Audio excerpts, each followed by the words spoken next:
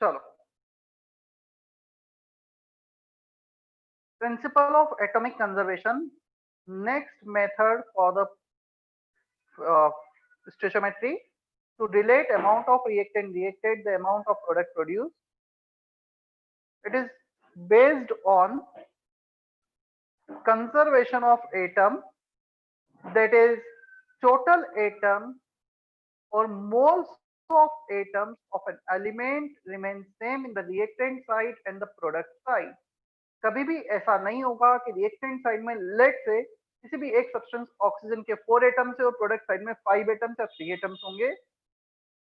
So whatever the number of moles of reactants, number of moles of any particular element in the reactant side, that must be equal to the number of moles of atoms of the same element in the product side. तो reactant product में moles हमेशा equal होंगे. Clear? जैसे यदि हम एक example लें, KClO4 giving KCl plus O2, जितना पोटेशियम रिएक्टेड में उतना ही पोटेशियम प्रोडक्ट्स में भी होगा. जितना क्लोरीन रिएक्टेंट में उतना ही क्लोरीन प्रोडक्ट में भी होगा. Number of atoms for oxygen in the reactant must be equal to total number of oxygen atoms in the product. समझ में आया बेसिक लॉजिक क्या है? Basic logic is atoms can not be created not be destroyed, they are always conserved during the reaction. ठीक है इतना? Sir वो KClO2 होना चाहिए ना? कहाँ? बैलेंस नहीं है reaction. Reaction is not balanced. It is applicable on atoms, not on molecules. Balancing of reaction is not required in POC. पता है POC में बिना बैलेंसिंग के हम मोल्स को अमाउंट को रिलेट करते हैं रिएक्टेंट टू प्रोडक्ट के. पहले दो मेथड में बैलेंसिंग की रिक्वायरमेंट थी, यहाँ पे बैलेंसिंग की रिक्वायरमेंट नहीं होगी. Even if balance reaction is given, we don't need to use this balance reaction. हम उसमें बैलेंस मतलब कोफिशिएंट यूज नहीं करने हैं. चलो एग्जांपल समझना कैसे यूज किया है. यहाँ पर KClO4 giving KClO plus O2. हम सबसे पहले POC लगाते हैं पोटेशियम पर. किसी भी एक एलिमेंट पे लगेगा, 1 by 1 लगेगा, मतलब एट अ टाइम सिर्फ एक एलिमेंट पे लगाएंगे. Moles of KClO4 into 1. एक KClO4 में हमारे पास एक पोटेशियम है, तो into 1 कर दिया. Moles of KClO into 1. KClO में भी एक ही पोटेशियम है प्रोडक्ट साइड में, तो into 1 किया. O2 में कितने पोटेशियम दिख रहे हैं तुम्हें? How many potassium atoms are there in O2? into 0 कर दिया. तो total potassium atoms in the reactant is equal to total potassium in the product. Is that okay? Yes sir. समझ में आता है इतना? Yes sir. बेसिकली हमें into करना है वो नंबर का जो उनके एक मॉलिक्यूल में प्रेजेंट है. ठीक है? सेकंड एक इक्वेशन तो आ गई हमारे पास. यहाँ से पोटेशियम पे POC लगाया. Now we can use POC on oxygen. चलो ऑक्सीजन पे लगा के देखते हैं. ऑक्सीजन पे POC. Moles of KClO4 into 4. into 4 क्यों किया? एक KClO4 में कितने ऑक्सीजन दिख रहे हैं तुम्हें? KClO4 4 oxygen is equal to moles of KClO into 1 plus moles of O2 into 2. यहाँ पर तीनों रिएक्टेंट प्रोडक्ट में ऑक्सीजन है. यहाँ पे 1, O2 में 2, KClO4 में 4. तो into 4 into 1 into 2. समझ में आया इतना? Yes sir. सर हम ये क्यों करते हैं Yes. POC? POC क्यों करते हैं? Because if we want to relate moles of reactant reacted and the moles of product produced, तो हमें उसको रिलेट करने का this is one of the method. जैसे पहले दो मेथड देखे थे.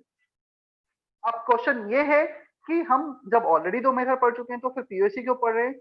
काफी बार क्वेश्चन में कैसे इंफॉर्मेशन दे रखी है, कैसे इंटरप्रेट करना है, उसके अकॉर्डिंग अलग अलग मेथड यूज आता है. Specially when we can not balance the reaction. जो हम रिएक्शन को बैलेंस इजीली नहीं कर सकते, तब हम ये मेथड यूज करते हैं. या फिर बहुत सारी इंफॉर्मेशन दे रखी है, A से B बना, B से C बना, C से D बना, और एक पर्टिकुलर एलिमेंट सारा का सारा A से D में कन्वर्ट हो रहा है, तो हमें बीच वाले रिएक्शन को सोचना ही नहीं है.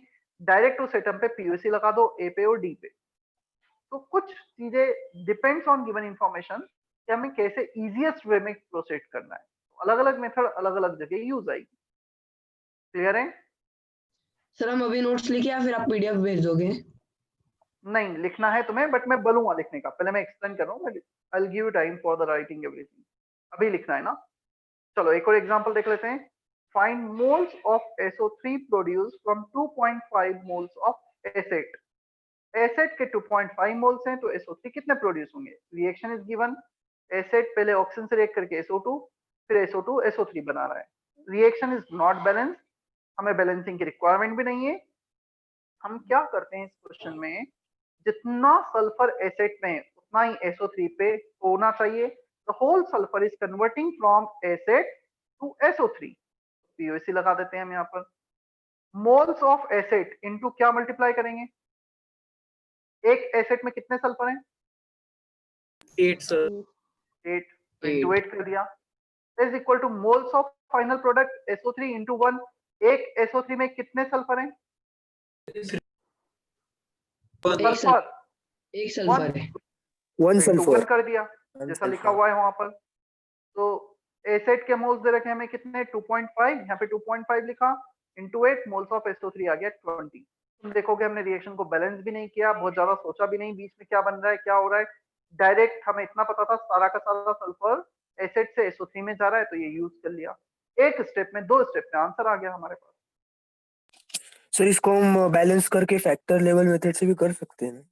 यस, बैलेंस करके तुम फैक्टर लेवल मेथड से भी कर सकते हो, but that will be more lengthy method. और बैलेंसिंग में भी एक भी नंबर थोड़ा आगे पीछे हो गया तो गलत हो जाएगा। That will be more useful better method in this example. या तो अलग अलग सर मेथड अलग अलग जगह यूज आता है। सर वो रिएक्टेंट में फर्स्ट वाले में O2 क्यों लिया? तो सल्फर SO2 कैसे बनाएगा? मतलब एसिड से SO3 बनाना है तो ऑक्सीजन तो ऐड करना ही पड़ेगा ना। वैसे तो वो रिएक्शन दिया हुआ था क्वेश्चन, मतलब वो reactions are given in the question. तुम्हारा काम था यहाँ से, इस लाइन के नीचे से। अभी क्लियर है? कॉपी करो जल्दी से पूरा POC। एग्जांपल से इस पेज पर, एक KClO4 वाला और एक SO3 वाला। सर ऊपर का डेफिनेशन लिखना है ना?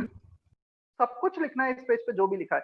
ये किसी स्टूडेंट के लेक्चर नोट्स हैं, जो मैंने लास्ट ईयर या लास्ट टू लास्ट ईयर पढ़ाया होगा क्लास में, तो उसी के लेक्चर नोट्स मैंने शेयर किए हैं।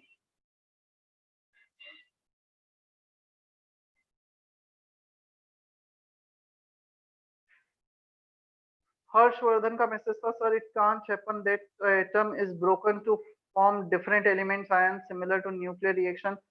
हर्षवर्धन का मैसेज है, सर क्या एक एटम ब्रेक नहीं हो सकता है, क्या डिस्ट्रॉय नहीं हो सकता है, but in nuclear reaction, not in chemical reaction. Harshvardhan, chemical reaction नहीं बोलेंगे, फिर हम उसे न्यूक्लियर रिएक्शन बोलेंगे।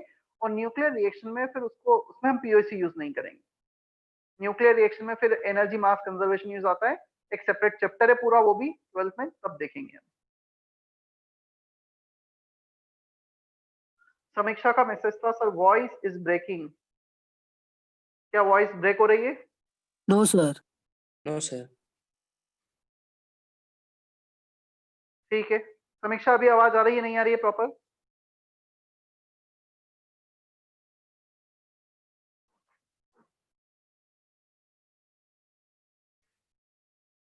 इसके बाद हितेश, कौन सा एग्जांपल एक्सप्लेन करना है हितेश? ये लास्ट वाला।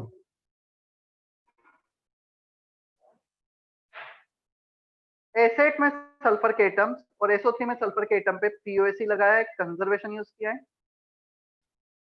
Number of moles of S eight into 8। एक एसेट में 8 सल्फर एटम्स है, तो टोटल ऑफ सल्फर के एटम्स मिल गए, is equal to number of moles of SO3 into 1।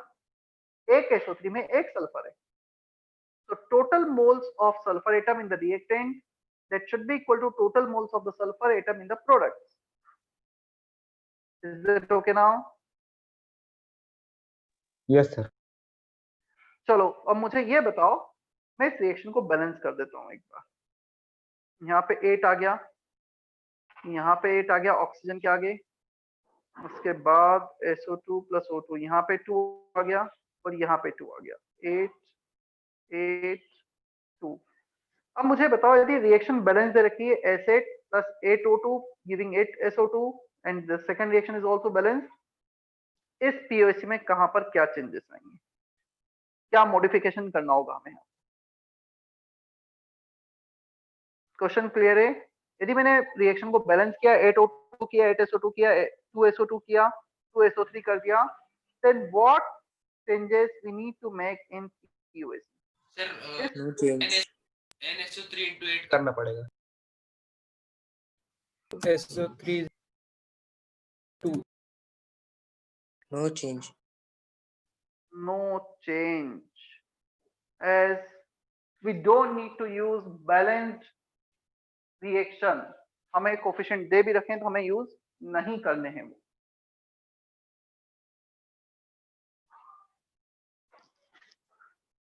Even if balanced reaction is given, still we don't need to use the balanced reaction।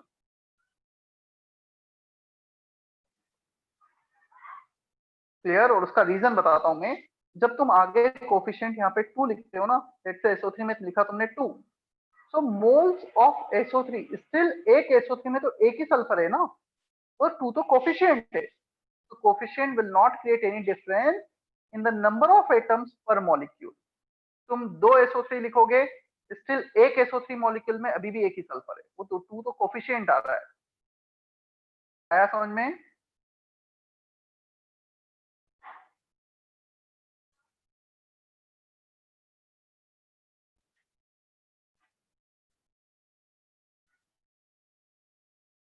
Copy कर लिया है क्या page? No sir, Yes, last sir. Question बाकी है, 1 minute. कर लो।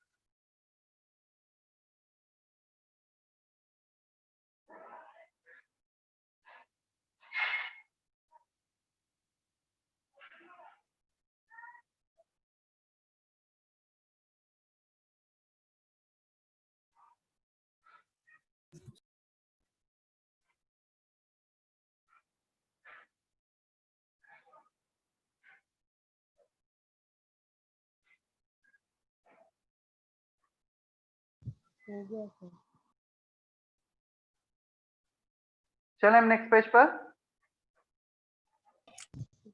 Sir 1 minute.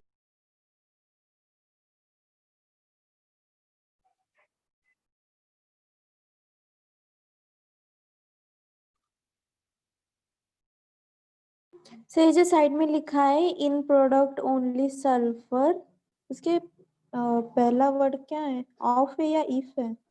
if in product only sulfur is formed, वो मत लिखो, वो पता नहीं मुझे क्यों लिखा गया है। You don't need to write this thing। इतना पार्ट मत लिखो तुम भले।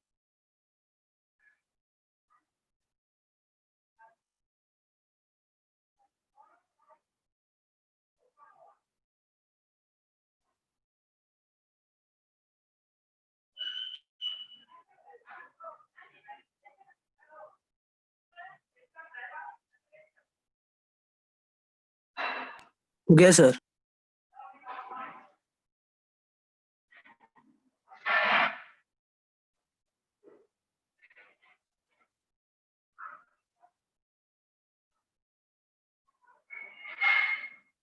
देखो इसके बाद आता है concept of limiting reagent. Useful heading है अगेन ये भी। अब तक हमने क्या किया था, let's say if we are taking N2 plus 3H2 giving twice of ammonia, this example, this reaction, मुझे ये बताओ, if 1 mole of nitrogen reacted, then how many moles of hydrogen reacted? 1 can react with how many moles of hydrogen? 3. 3। So 1 can react with 3 to produce 2 moles of ammonia. 5 can react with 15 to produce 10 moles of ammonia. Clear? But now the question is, let's say इसके 7 moles दिए हैं, यहाँ से नहीं, चलो मैं 5 भी लेता हूँ इसके भी, ताकि हम कंपेयर कर सकें. 5 moles of nitrogen is given, but only 10 moles of hydrogen is given. इसके 15 नहीं दिए. तो क्या 5 moles 10 moles से रिएक्ट करेगा क्या पूरा का पूरा? ऐसा तो होगा नहीं. होगा ये, अब हाइड्रोजन के जो 10 moles हैं, they will react completely, but the nitrogen 5 moles will not react completely. इसके कुछ moles बच जाएंगे, हाइड्रोजन पहले ही खत्म हो जाएगा. तो हाइड्रोजन के 15 रिक्वायर्ड थे, बट रिक्वायर्ड से कम मोल्स है 10 मोल्स. ये लिमिटिंग रिएजेंट होगा, और जैसे ही हाइड्रोजन कंज्यूम होगा, the reaction will stop at that point. वहीं पे रिएक्शन रुक जाएगा, तब रिएक्शन आगे नहीं बढ़ेगा. क्लियर? और जो भी रिएक्टेंट जब वो स्टोइचोमेट्रिक कोएफिशिएंट में नहीं दिए हैं, then the reactant which consumed first is called the limiting reagent. जो सबसे पहले कंज्यूम हो रहा है, सबसे पहले खत्म हो रहा है रिएक्शन में, उसे हम लिमिटिंग रिएजेंट बोलेंगे. क्लियर? क्लियर है यहां तक? Yes sir.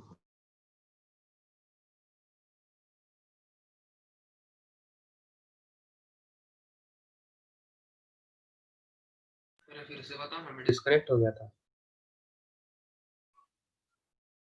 Am I audible? Yes yes sir. Sir. तो बेसिकली लिमिटिंग रिएक्टेंट वो रिएक्टेंट है जो सबसे पहले कंज्यूम होता है किसी भी केमिकल रिएक्शन में. अच्छा, कोई भी रिएक्टेंट, जैसे मैं एग्जांपल वापस से लिखूंगा, N2 plus 3H2 giving twice of ammonia. Clear? यहाँ पर 5 मोल्स 15 मोल के साथ रिएक्ट करता है, बट हमने ले लिया हाइड्रोजन के 20 मोल. 5 पूरे रिएक्ट कर गए, 0 बचे. 5 moles of nitrogen can react with 15 moles of hydrogen. तो 20 में से भी 15 रिएक्ट कर जाएंगे, कितने बचेंगे? 5. यहाँ पर लिमिटिंग रिएजेंट होगा इस पर्टिकुलर नंबर पर. एग्जांपल में नाइट्रोजन और हाइड्रोजन हो जाएगा एक्सेस रिएजेंट. जो रिएक्शन के बाद बच जाता है उसे हम बोलते हैं एक्सेस रिएजेंट. चलो पढ़ो क्या लिखा है. Limiting reagent LR is the reactant which gets consumed first during the chemical reaction. The amount of limiting reagent taken will decide the amount of reactant reacted, the amount of product produced. मतलब यदि nitrogen limiting reagent है तो वो decide करेगा कि hydrogen का कितना amount react किया है और अमोनिया का कितना प्रोड्यूस होगा. जो भी लिमिटिंग रिएजेंट है वो डिसाइड करेगा. Third point, the amount of limiting reagent left after the reaction is 0. मतलब लिमिटिंग रिएजेंट कंप्लीशन के बाद नहीं बचेगा और एक्सेस रिएजेंट बचेगा. क्या ये तीनों पॉइंट क्लियर हैं अभी? लिमिटिंग रिएजेंट वो रिएक्टेंट है जो रिएक्शन को लिमिट कर रहा है, रिएक्शन को रोक रहा है. जैसे ही वो खत्म होगा रिएक्शन रुक जाएगा. कॉपी कर लो जल्दी से limiting reagent, concept of limiting reagent और उसके नीचे का. You don't need to copy this thing, ये ऑलरेडी हमने कर लिया है ना पहले, इंट्रोडक्शन टू केमिस्ट्री.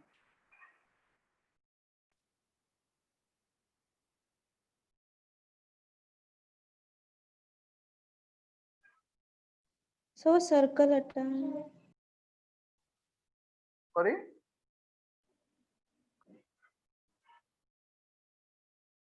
क्या बोल रहे हो? जैसे वो लिखा था ना आपने, वो हटाने बोल रहे थे.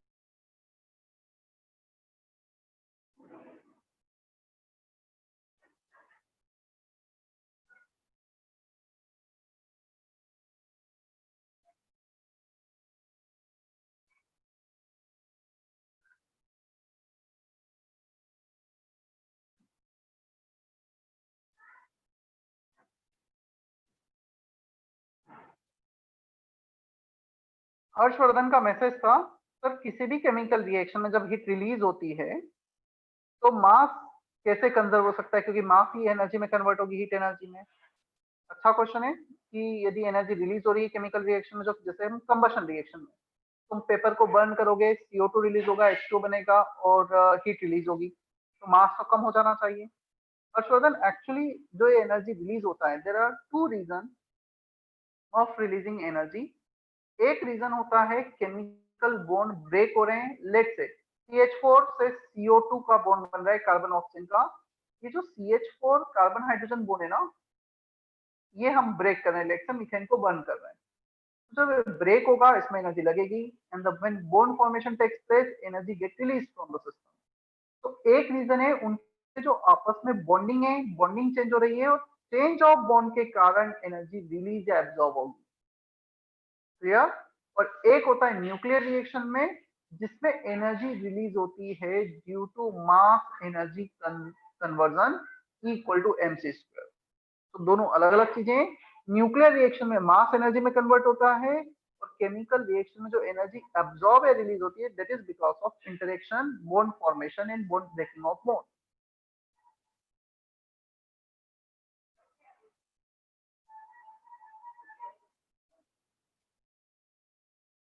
कॉपी कर लिया है पेज, चले हम आगे। Yes sir.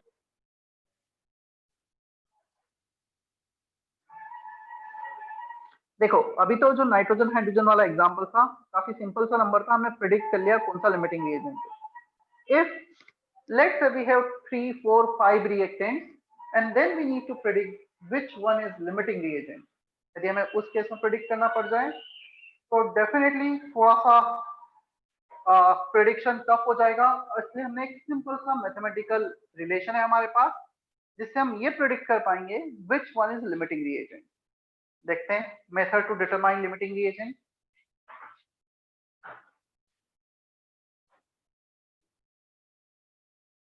When moles of all reactants divided by their respective stoichiometric coefficient, then the reactant which has minimum value of it will be limiting reagent। इसका मतलब ये हुआ, मैं एग्जांपल पे आता हूँ फिर उसका हुआ। नाइट्रोजन और हाइड्रोजन के मोल्स रखें 17 एंड 48। तुम क्या करो, जो इनिशियल मोल्स है 17 मोल्स अपॉन कोफिशिएंट कर दो 17 अपॉन 1 48 अपॉन 3। कौन सी क्वांटिटी छोटी है, किसका वैल्यू छोटा है? 48/3 छोटा है, 17/1 छोटा है? 48/3। 48/3 एजेंट हो गया हाइड्रोजन इस एग्जांपल में। तो जिसका भी मोल्स अपॉन स्टोइचोमेट्रिक कोएफिशिएंट का वैल्यू स्मॉल है that will be limiting reagent. अब हाइड्रोजन डिसाइड करेगा कि नाइट्रोजन कितना रिएक्ट करेगा और अमोनिया कितना बनेगा। तो ये डिसाइड करने के लिए हम मोल मेथड यूज कर लेते हैं स्टोइचोमेट्रिक का। Moles of nitrogen by coefficient, moles of hydrogen by coefficient, ammonia by coefficient. तो नाइट्रोजन के मोल्स हमें डिटरमाइन करना है, हाइड्रोजन पूरा का पूरा रिएक्ट करेगा, लिमिटिंग रिएजेंट है, 48/3 लिखा। अब नाइट्रोजन और हाइड्रोजन को यहाँ से इक्वेट करके सॉल्व किया तो नाइट्रोजन के मोल्स आ रहे 16, अमोनिया के मोल्स आ रहे 32। नाइट्रोजन के इनिशियली कितने मोल्स लिए गए थे? क्या 17 मोल्स लिए थे हमने?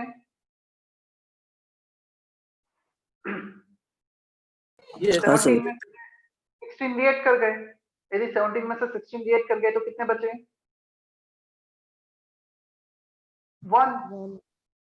17 initially taken, 16 reacted, 1 is the remaining।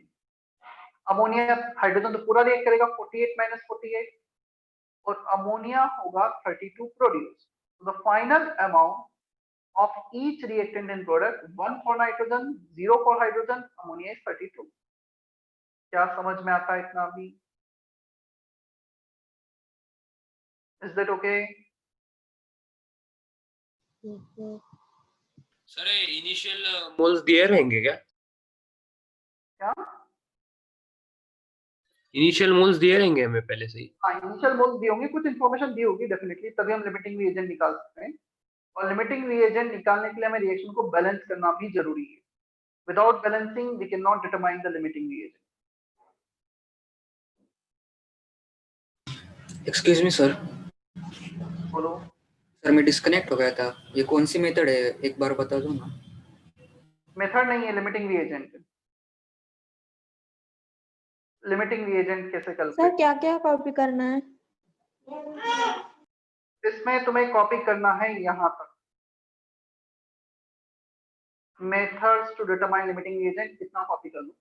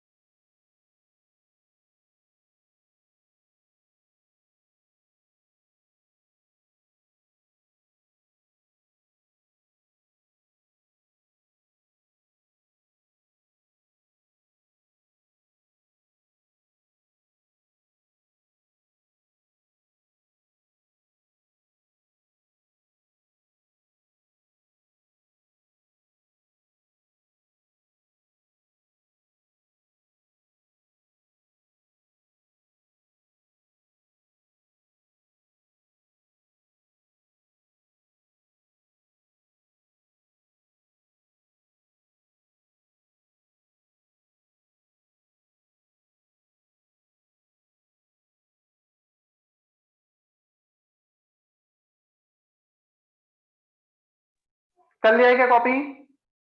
Second Yes, sir, example yes, copy sir. मत करना ना। सेकंड एग्जांपल नहीं कॉपी करना है क्या सर? नहीं करना है कॉपी, क्योंकि मैं कैमरा ऑन कर रहा हूँ और वो एग्जांपल मैं बोर्ड पे ही बताऊंगा। लाइट आ गई है।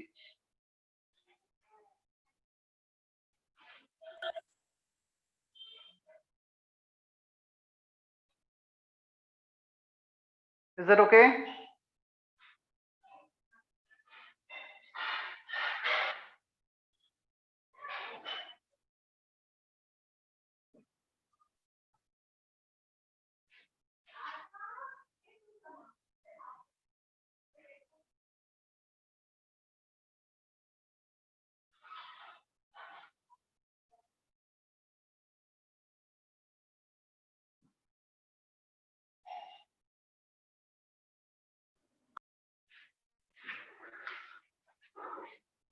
लिमिटिंग रिएजेंट हम देख रहे थे।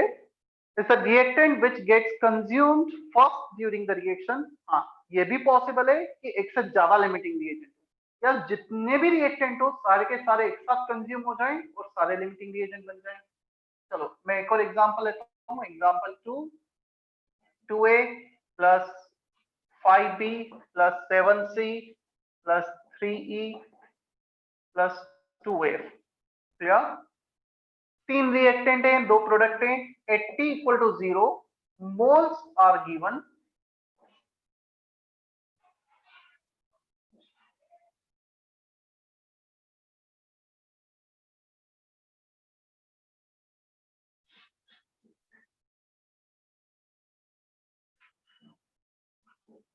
ये कुछ मोल्स दिए हैं हमें, 14 moles, 33 moles and 42 moles of ABC initially. T equal to 0 means at the start of the reaction.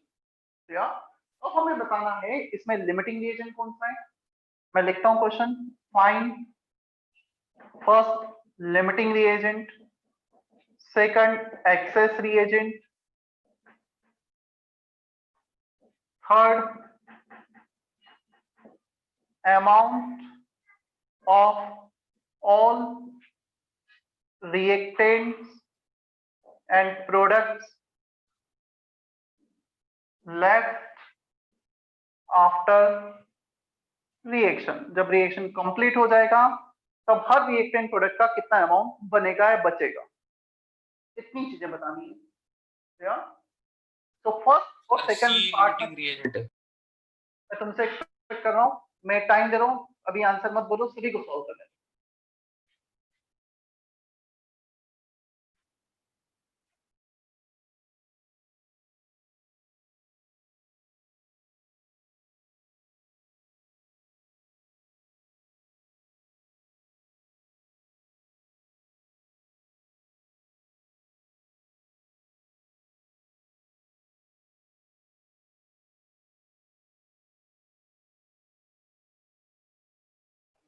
Sir C limiting reagent.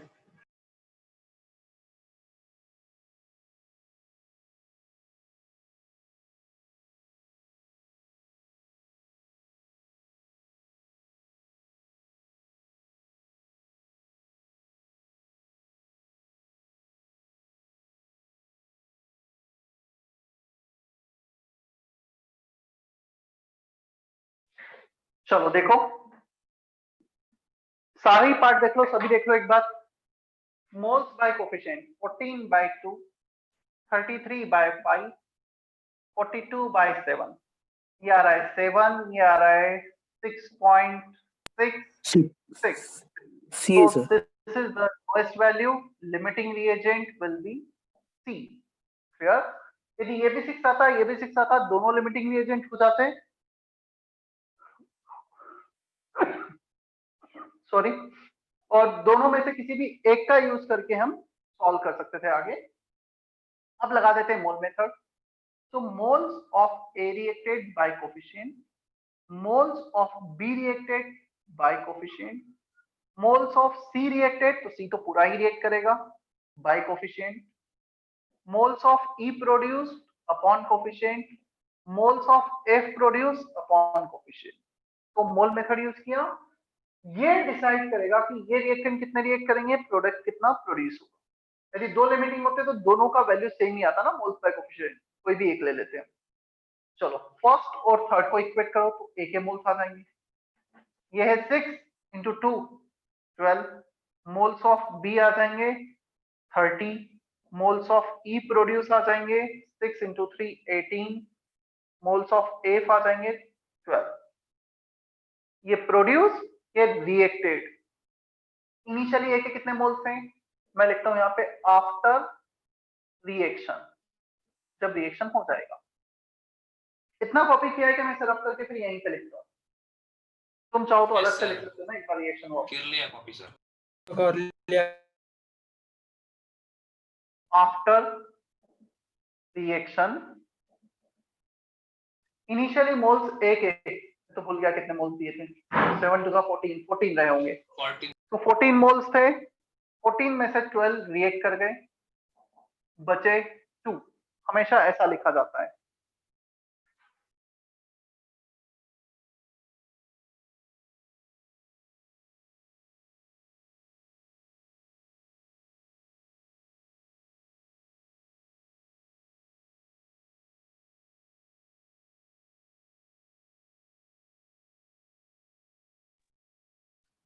तो ऐसा लिखा जाएगा इनिशियल मोल्स, ये लिखा जाता है मोल्स रिएक्टेड, जो रिएक्ट कर चुके हैं, and this are the remaining moles.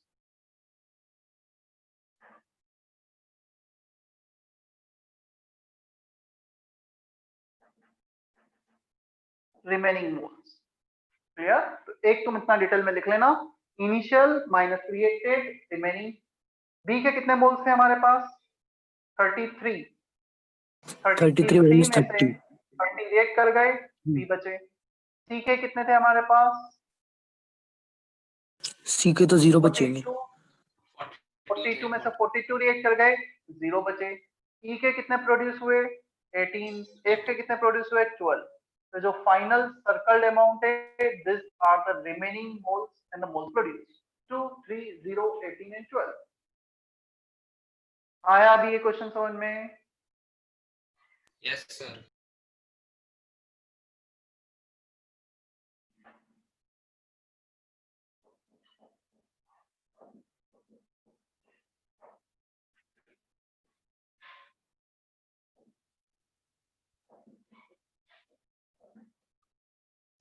Sir 18 और 12 कैसे रिमेनिंग होंगे, पहले वाले तो दिए ही नहीं।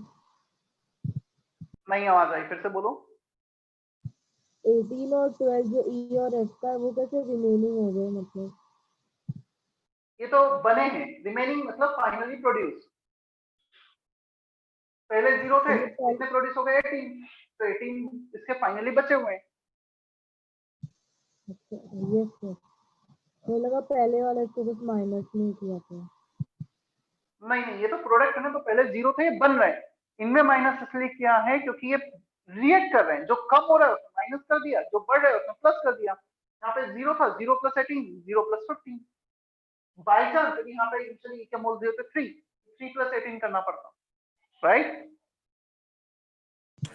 सर हम्म, एक्सरसाइज 2 में ना कौन से क्वेश्चन इस पे डिपेंडेंट है शायद, इसलिए आंसर नहीं आ रहा था हाँ हो एक्सरसाइज 2 सकता में। है, हो सकता है।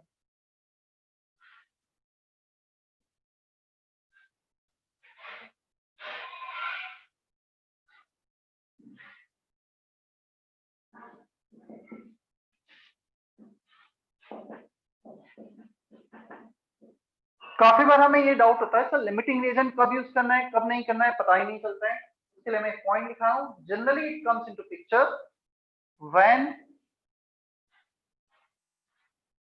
Initial amount of two or more reactants are given। यदि दो या दो से ज्यादा रिएक्टेंट का इनिशियल अमाउंट दिया है तो ये पिक्चर में आता है।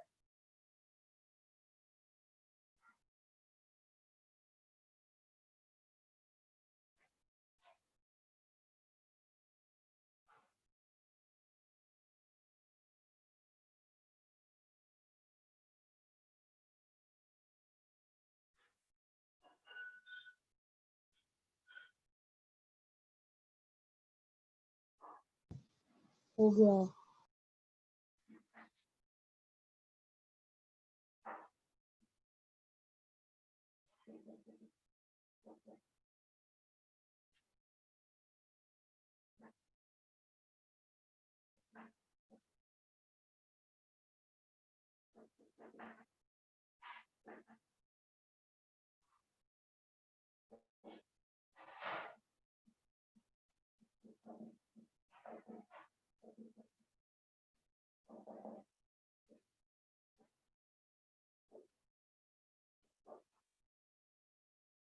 Find the amount of water produced in grams when 4 gram of hydrogen is mixed with 4 gram of oxygen।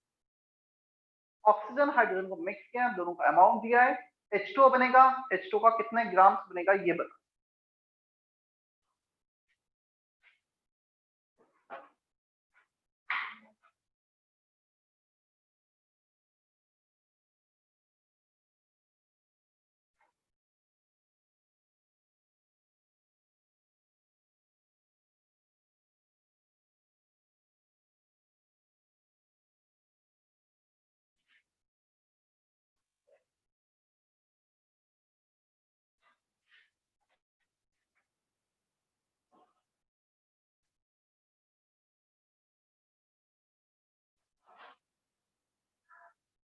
And if you get the answer, you can unmute yourself.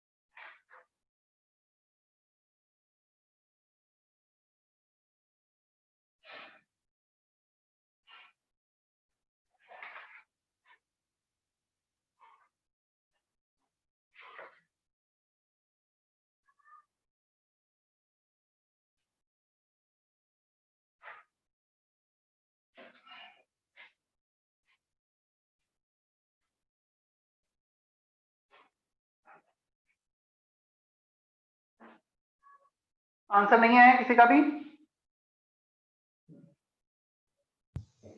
Sir answer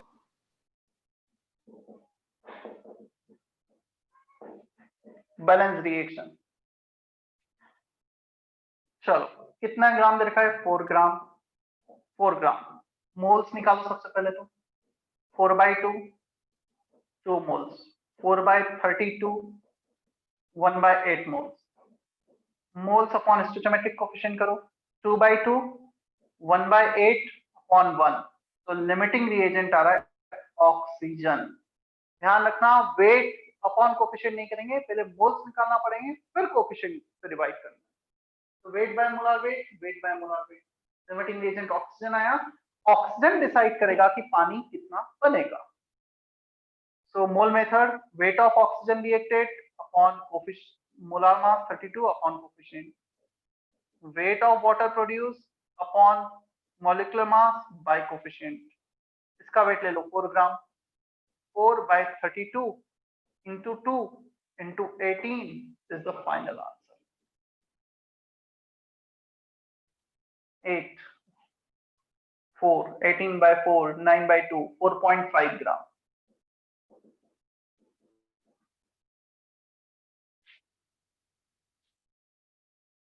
अच्छा बता सकते हो ये 4.5 ग्राम produce हुआ, ये 4 ग्राम react किया, तो ये कितने ग्राम रिएक्ट किया होगा? 0.5 0.5 using mass conservation. Total mass of reactant reacted equal to total mass of the product produced. लिखा देता हूँ वो भी मैं, क्या लिखा चुका हूँ मैं ऑलरेडी? तो नहीं sir. Law of mass conservation.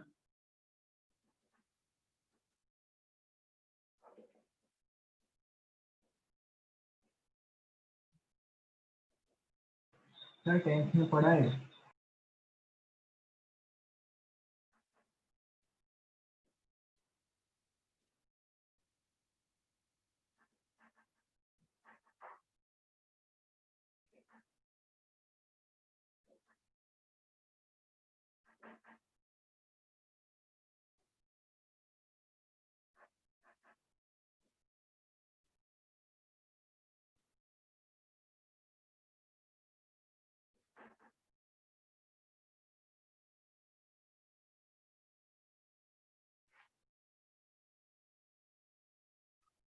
Law of mass conservation.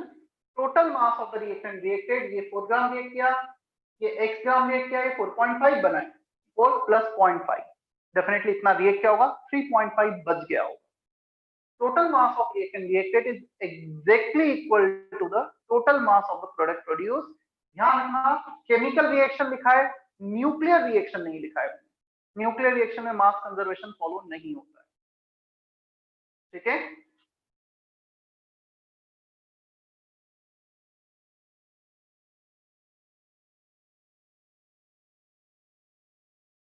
चले हम आगे, कोई डाउट यहाँ तक?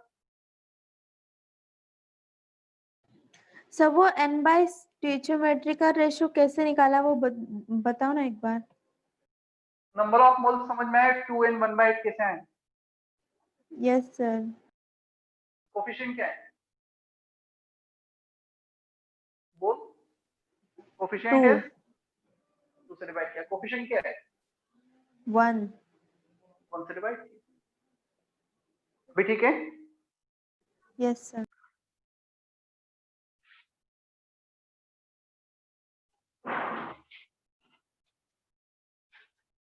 एक्सरसाइज 1 पार्ट 2 E8 क्वेश्चन देखो, मैं कर रहा हूं ना सबको। E8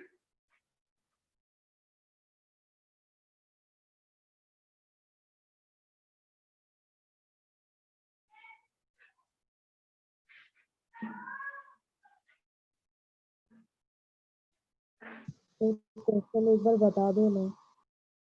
क्या क्वेश्चन एक बार बता दो ना ये इसको। क्वेश्चन नहीं है तुम्हारे पास? नहीं है सर। क्यों बुकलेट नहीं है तुम्हारे पास अभी तक? सर है लेकिन वो नासिक में ही है, मैं गाँव में हूँ।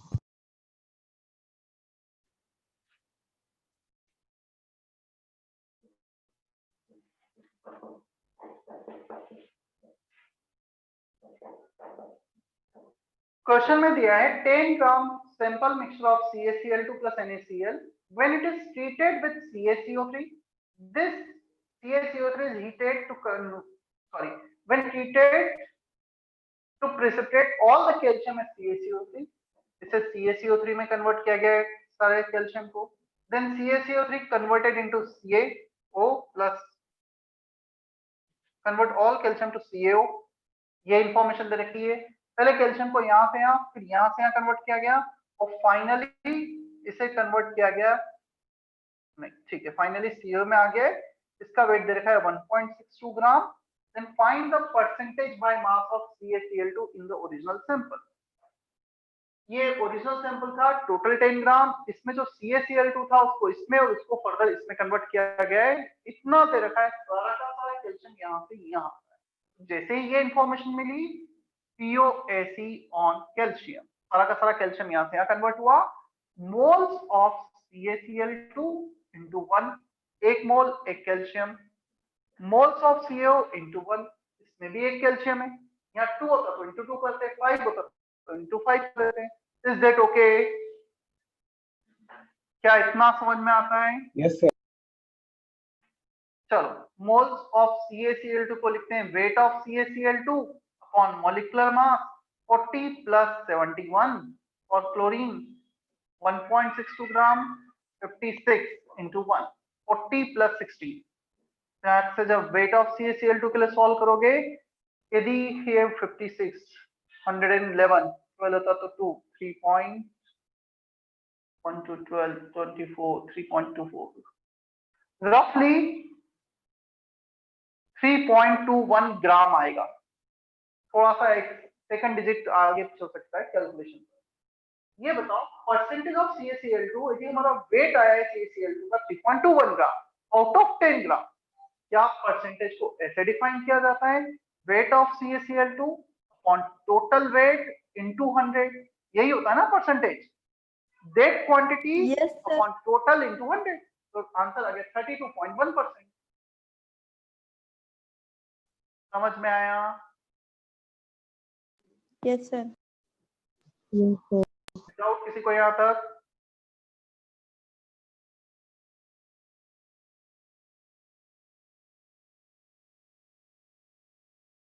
होमवर्क सेक्शन ई में अच्छे क्वेश्चन थे, क्लियर? तो सेक्शन ई में हो सकता है तुम्हें थोड़े से ज्यादा डाउट हो, बट ट्राई करना एक बार अपने इंटू, जो भी डाउट तुम्हें सॉल्व करेंगे up to section E exercise 1 part 1 and part 2 both.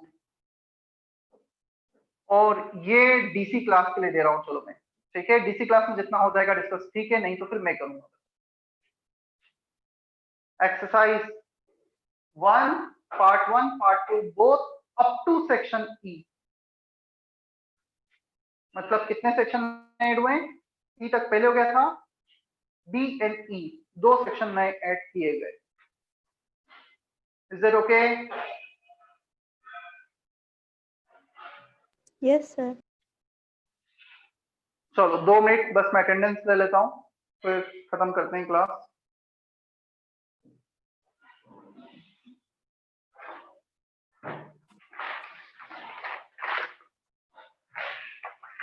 Sir, 1 minute video on करना। करता हूं।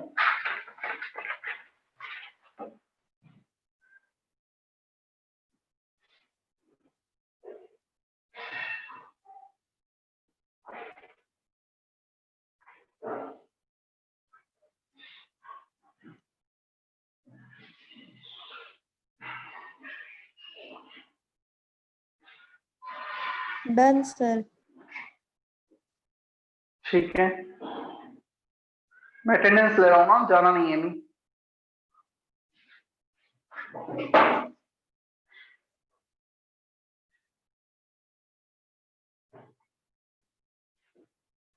और जिसका अटेंडेंस हो जाएगा वो जा सकते हैं, मतलब अटेंडेंस होने के बाद।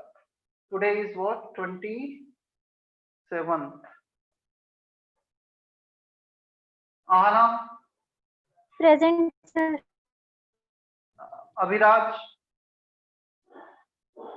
Abhiraj is not there. Ajay, Ajay Suryavanshi,